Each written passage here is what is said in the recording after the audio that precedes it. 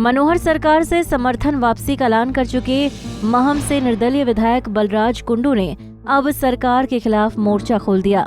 सरकार पर भ्रष्टाचार के आरोप लगाते हुए कुंडू अब प्रदेश के हर जिले में जाकर सरकार के खिलाफ पोल खोल अभियान चला रहे हैं और 22 तारीख को रोहतक में सरकार के खिलाफ भ्रष्टाचार मुक्त हरियाणा रैली करने जा रहे हैं। इस कड़ी में आज यमुनानगर पहुंचे बलराज कुंडू ने पत्रकारों से मुखातिब होते हुए खट्टर सरकार पर कड़ा प्रहार करते हुए कई गंभीर आरोप लगाए। कुंडू ने ये भी साफ कर दिया कि किसी के मनाने से वो मानने वाले नहीं। साथ ही कुंडू ने कहा कि मैं सीएम का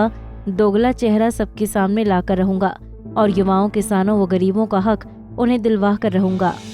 मैं कुछ भी नहीं हूँ, मेरे अकेले विधायक से मैंने अपना समर्थन लेने से सरकार को कोई खतरा नहीं है, लेकिन मैं हरियाणा प्रदेश के लोगों को जागृत करना चाहता हूँ। मैं मुख्यमंत्री का दोगला चेहरा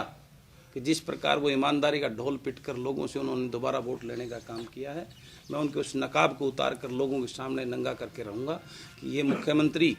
जिन्होंने आज लोकतंत्र के नाम पर एक कालक पोत दी, जिन्होंने यहाँ जातिवाद का जहर घोलकर हमारे को बांट कर किस प्रकार से उस मनीष ग्रोवर, मुंशी लाल जो उसका वहाँ का इस ब्रांच का उन्होंने प्रदेश का हेड बना रखा है, जाति के नाम पर जहर फैलाने के लिए, आग लगाने के लिए, समाज को तोड़ने के लिए। और आपने देखा हुआ कल किस प्रकार से हमारे दलित भाइयों को उनके बीच में एक दरार डालने का कितना बड़ा भयंकर बिल लेके आए हैं। वो उनके अंदर भी डिवाइड कर दिया क्योंकि ये इकट्ठे ना रहें, इनको भी बांट दो। डिवाइड एंड रूल, हमारे जाति के नाम पे एक दूसरे को बांटना, जहर डालना का कितनी बड़ी साजिश। उनका हक दिलाकर उनको परमानेंट नौकरी दिलवाने के लिए और गरीब को उसका हक दिलवाने के लिए मैंने भ्रष्टाचार के खिलाफ एक लड़ाई का ऐलान किया है। और मैं उस लड़ाई की 22 तारीख को रोहतक के अंदर एक मैंने महारैली का भ्रष्टाचार मुक्त हरियाणा के नाम से मैंने ऐलान किया है। और मैं उस 22 तारीख की रैली के लिए अपने यमुनानगर के अपने सभी भाइयों को, 36 बिरादरी के लोगों को आज यहाँ निमंत्रण देने के लिए।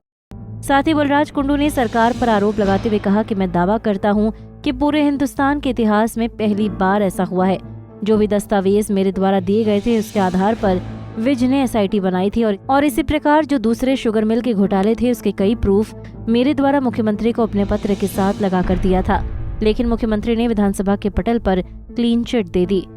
मैं दावा करता हूँ पूरे हिंदुस्तान में इस राजनीति के इतिहास में पहली बार ऐसा हुआ होगा, और वो भी तब जब एक विभाग के मंत्री माननीय अनिल विज जी ने तो उसके ऊपर एसआईटी भी गठित कर दी थी, और वो इस बात को मान रहे थे कि ये पब्लिक अर्बन लोकल बॉडी के अंदर घोटाले हुए हैं। उन्होंने एक्सेप्ट किया था मीडिया के साथियों के सामने, और जो जो डॉक्यूमेंट मैंने उनको दिए उस आधार पे उन्होंने उसकी एसआईटी गठित कर दी थी। और जो दूसरे कॉरपोरेशन महकमे के जो शुगर मिल्स के जो घोटाले थे उसके अनेकों जो प्रूफ मैंने मुख्यमंत्री जी को अपने उस लेटर के साथ लगा के दिए थे। तो मुख्यमंत्री जी ने सदन के पटल पर जो अनिल विज जी के द्वारा जो एसआईटी गठित की गई थी, उस एसआईटी ने काम भी नहीं शुरू किया था अपना, मात्र एक मीटिंग वहां हुई थी, और उसके बावजूद विधानसभा के पटल पर आकर एक एक चीज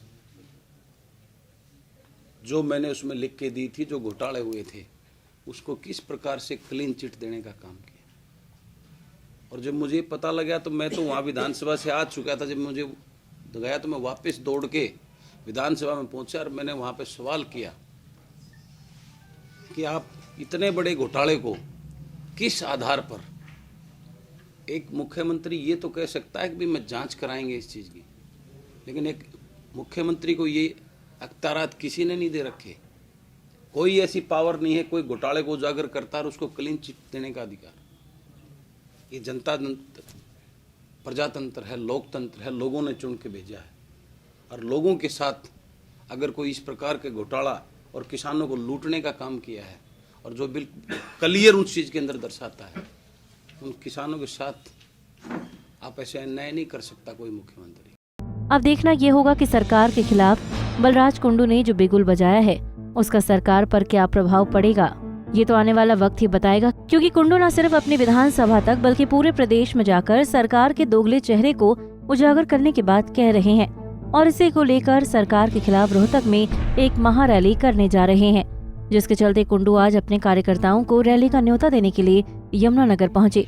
ऐसे में देखना होगा कि सरकार कुंडू को किस प्रकार रोकती है, क्योंकि कुंडू ने ये भी साफ कर दिया है कि अब वो किसी के मनाने से भी नहीं मानने वाले। यमुनानगर से सुमित ओबरॉय, पंजाब केसरी टीवी।